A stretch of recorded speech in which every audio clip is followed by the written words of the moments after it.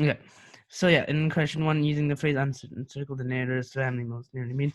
So we see that uncertain circle is like a circle, like everyone's standing and they're not really sure about each other.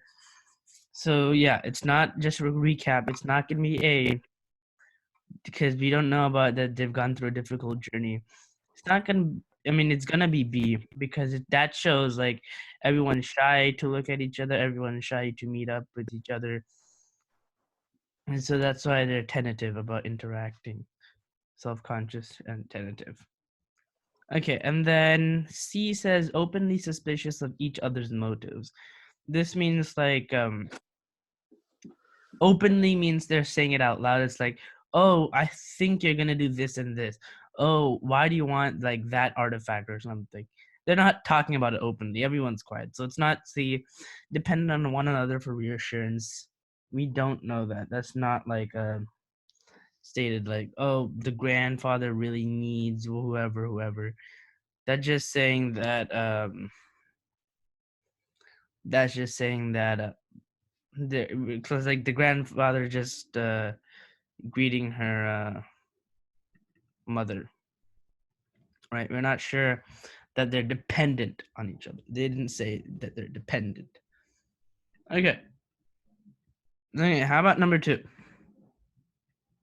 What do you guys put? Based on the passage, which factor was most decisively influences Jess's reaction to meeting her grandfather? I said A.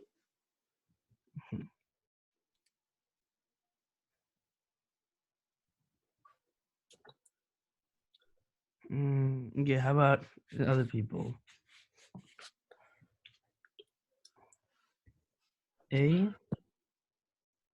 Let's see, intimidating.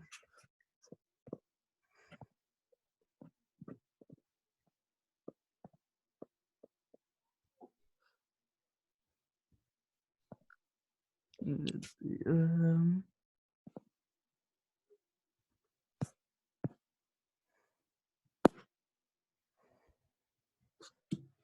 so let's see, where does it talk about Jess? Jess comes up over here.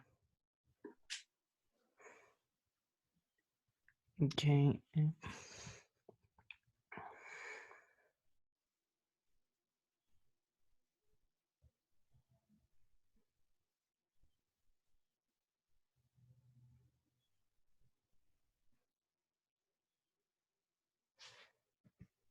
Give me a second. Let me see. Okay, and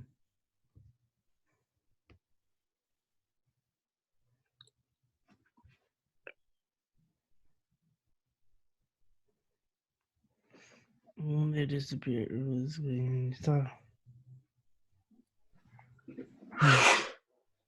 A. You guys said A. Intimidating physical presence. From 12 to 15. Lines 12 to 15. Intimidating.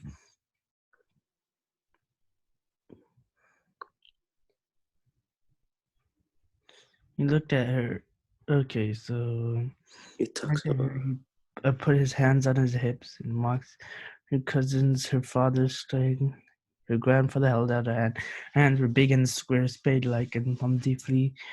She took a step for the wobbly that she could not feel her face. So over here,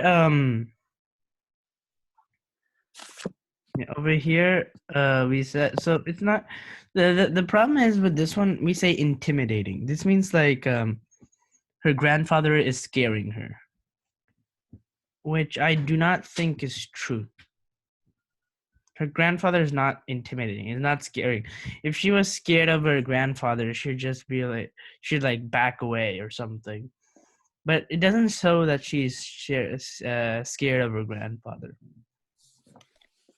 or her grandfather. Yeah, like and physical experience is like I mean presence is like his strength or like his look. So like yes, he has like his palms are deeply etched and callous, but intimidating is like trying to scare the other person. If you're being intimidated, then you're kind of being scared, right? Yeah. his indifference towards other family members. And let's see.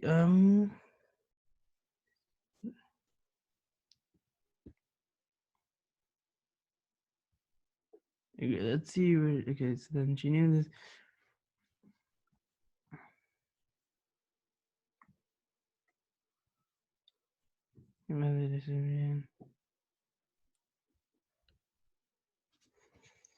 Let's see. Let's see, Melon. So, oh yeah. So if you look at lines near over here, right? This is where we have to look at it. Although he seemed mellower and smaller, so the grandfather came forward, okay, and he greeted her mother. So Jess's mother was being greeted. Shook hands. Although he seemed mellower and smaller than the pictures that her mother had painted for her, so it's telling that her mother had told some stuff about the grandfather. Mm-hmm. Jess had a sudden and irrational fear. So Jess was scared that her grandfather just might be shouting at her like all of a sudden. Yeah. And so you see this one, right? So that's kind of, so temperament's like your behavior. Okay. So ominous. So her mother's ominous. So ominous is like, don't really know how to explain it, but like it's kind of like a bit negative, you could say. Her mother's like ominous descriptions of his temperament. That's gonna be the whole. So her parents' concerns about being reunited. That's not. They don't talk about that. And his indifference. No, they don't. In fact, the grandfather, like he does. The indifference means like he doesn't really care what other people think of him, and we don't know that. Okay, so based on that, we get the answer to question 3 almost immediately. And okay, someone's drawing arrows, but based on that, we get the question for number 3, which is B, right? Because that's going to be lines 3 to 7, because that's what we said from here. Right to here, that's lines 3 to 7. And that's going to be telling about the grandfather and how, like, her mother painted a picture. The actions of Jess's father suggest that he, what?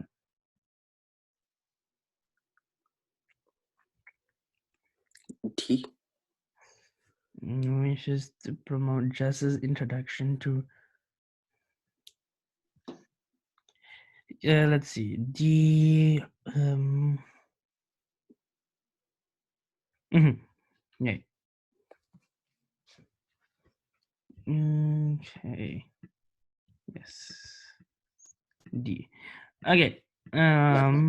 It says on line 10. Her father encouraged her to smile. Yeah. I'm just reading. Wishes to promote Jess's introduction. Yeah.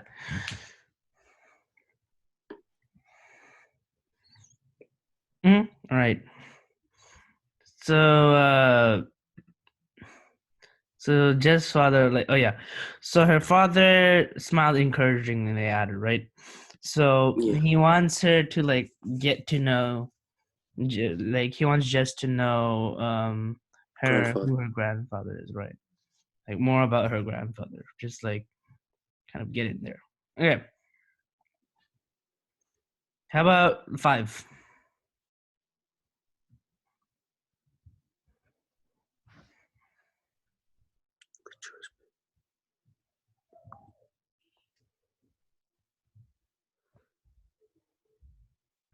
Maybe D. D. She is aware that it's her name, but is unable to acknowledge that it's. Oh yeah. So what is Jess's initial reaction to being addressed as Wura? Okay. So she is first called at here. She nearly think over here. She nearly reached him, and suddenly on a outward gust of air, he half said and half announced a name, Wariola. Who? She froze, not knowing what to say or do. Of course, she knew that Wariola was her Yoruba name. The name that her grandfather had asked her in a letter to be called when her mother held her a Nigerian name from Warula means gold. She knew all of this. But no one ever called her that, not even her mother. Okay. Telling questions for her to go. Okay, so she's kind of shocked, right? Yeah. Okay. She resents her. No, she doesn't resent. She doesn't say like, "Oh no, I don't like that name. That's wrong." She doesn't say. Obviously, no. She does not recognize the name. I mean, she does recognize the name, but no, she knows its meaning. She knows its meaning is gold. Yeah. Because her mother told her. Yeah. She's startled that her grandfather. No, she's not. Her grandfather. She knows that her grandfather knows her name. She's not startled that. Oh my God, my grandfather knows it. She knows that her grandfather knows because that's what her grandfather was the one who named her. She's aware that it is her name, but is unable to acknowledge it as such, right? Because no one's been calling her that, so she's a bit confused, and she's just like speechless. Okay. Now let's go to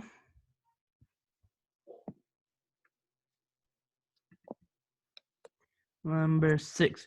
So based on that, if you see, it has to be, our answer is somewhere over here, right? She froze like somewhere over here. Yeah. Yeah, so that's gonna be where the answer for A is.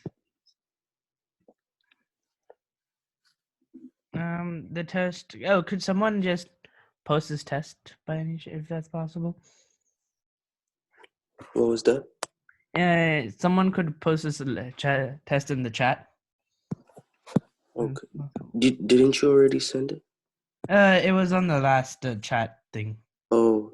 And it clears. So, if possible.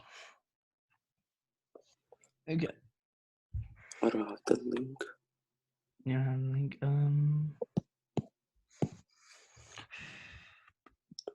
Oh, they sent it. Okay, you sent it. Good.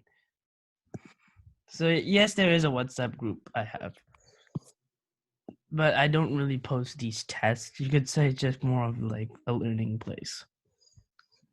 At the end of the meeting, I'll give it to you. Okay. So yeah, 6 is A. 7. The main purpose of the description in lines 33 to 37 is to. Is it number 6? Yeah, let's see. Okay, so. No, it's 7. 7. 7. Yeah, 6 we said was A. Okay.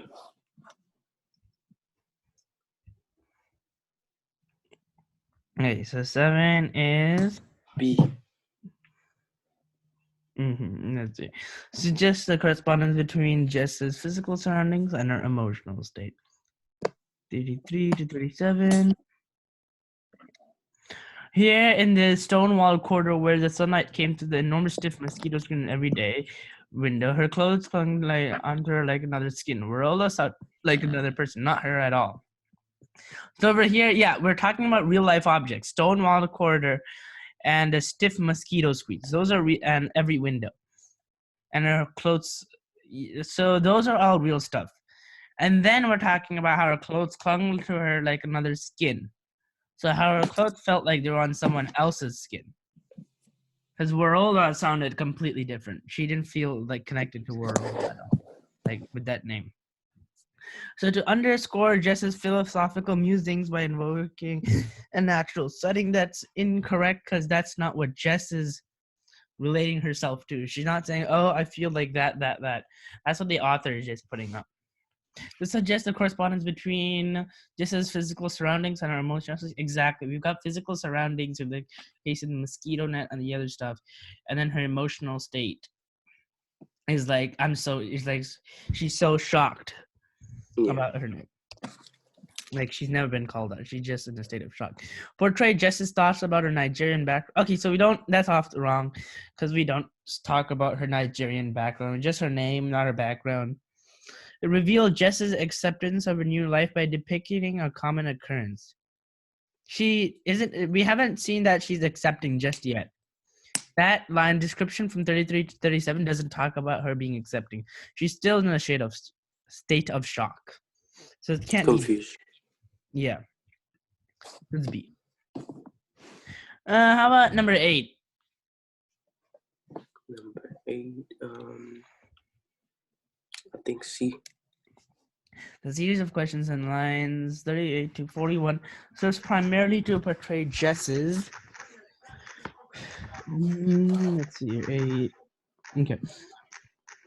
Jess's concern about constructing a new sense of. Okay. So lines 34 to 38. Wait, 34 to 38. No, 38 to 41. That's what I thought. 38. Oops. Okay, so we're talking about this one. Let me read that. 38 says, should she answer to this name? By doing so, steal the identity of someone who belonged here. Should she become Rolla? Yeah. So she now, so that just has like, oh, should I accept this name, right? Should I accept this name and then become like a new person, like change who she is, right? And let's see. First one, confusion over her grandfather's attachment to culture. So she's not confused about that. It's not talking about her grandfather. In fact, this is pretty unrelated. Lack of familiarity. No, that's wrong. She already knows it. Yeah. Yeah. Concern about constructing a new sense of who she is. There we go. Because she feels that if she takes the name Morola, she's going to have another identity. She's going to be taking someone's identity. Exactly. Uncertainty about the roles of other family members is incorrect because she isn't. We don't really know if she. I mean, we don't really know if she does know it or not. About her roles. That's kind of irrelevant too. Okay, how about not last question. 9th question, penultimate. I said A.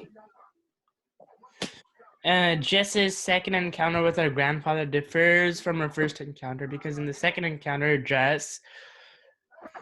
Okay, so exactly, yeah. So in the first encounter, we know that we know in the first encounter over here, right? It's there are people around her, right? Jess is meeting with her grandfather with people around her. There are people around her. They're kind of seeing her dad's with her, her mom's with her. The next one, everyone's leaving except for the grandfather and Jess, who are staring down at each other, trying to analyze more about their person. So so the main difference is that one situation has people around them while the others don't. So A, must face her grandfather without the support. Exactly. Right? There's no one else to help her out. Or like no one else to be with her when she's talking to her grandfather. So in the second case, it's only her and her grandfather. Is more clearly startled by her grandfather's unpredictable behavior. That's incorrect. We don't even it's like her grandfather's behavior doesn't really seem that unpredictable too. Okay, and she's not more clearly startled. She's more like settled. Has become more confident of her grandfather's ultimate approval. That's completely wrong. That's kind of off it. That's just like they're just adding words. More confident of her grandfather. We don't really know about ultimate approval in the first place. Has little time to be acquainted with her. That's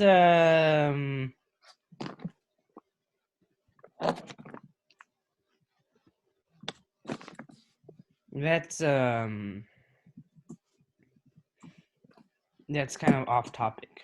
And then last one, has little time to become acquainted with her grandfather before speaking to him. Has little time to become acquainted with her grandfather before speaking to him. That's incorrect either. Because we don't. Yeah, that's just incorrect. She hasn't. They're just staring at each other in the second part. Okay, how about line number 10? Last one. C. C. Yep. In line 76, crisp most nearly means. Let's first look at this. And the crisp lines of his white shirt. So like crisp is like let's see. A is abrupt, the abrupt lines of his. That's kind of like okay. So we have to look at it. So the crisp lines of his white shirt is like So if you it's like just lines going down the shirt, right? It's like abrupt means like there'd be like a huge rip. That's abrupt. It's like crazy big, like a big change. Fragile means it's really delicate. That's not how you describe shirts. They're not. We don't describe them fragile. Refreshing is completely off the topic, so it has to be sharp, right? And sharp lines are like distinct lines. Yeah. Okay. Any questions from questions 1 through 10?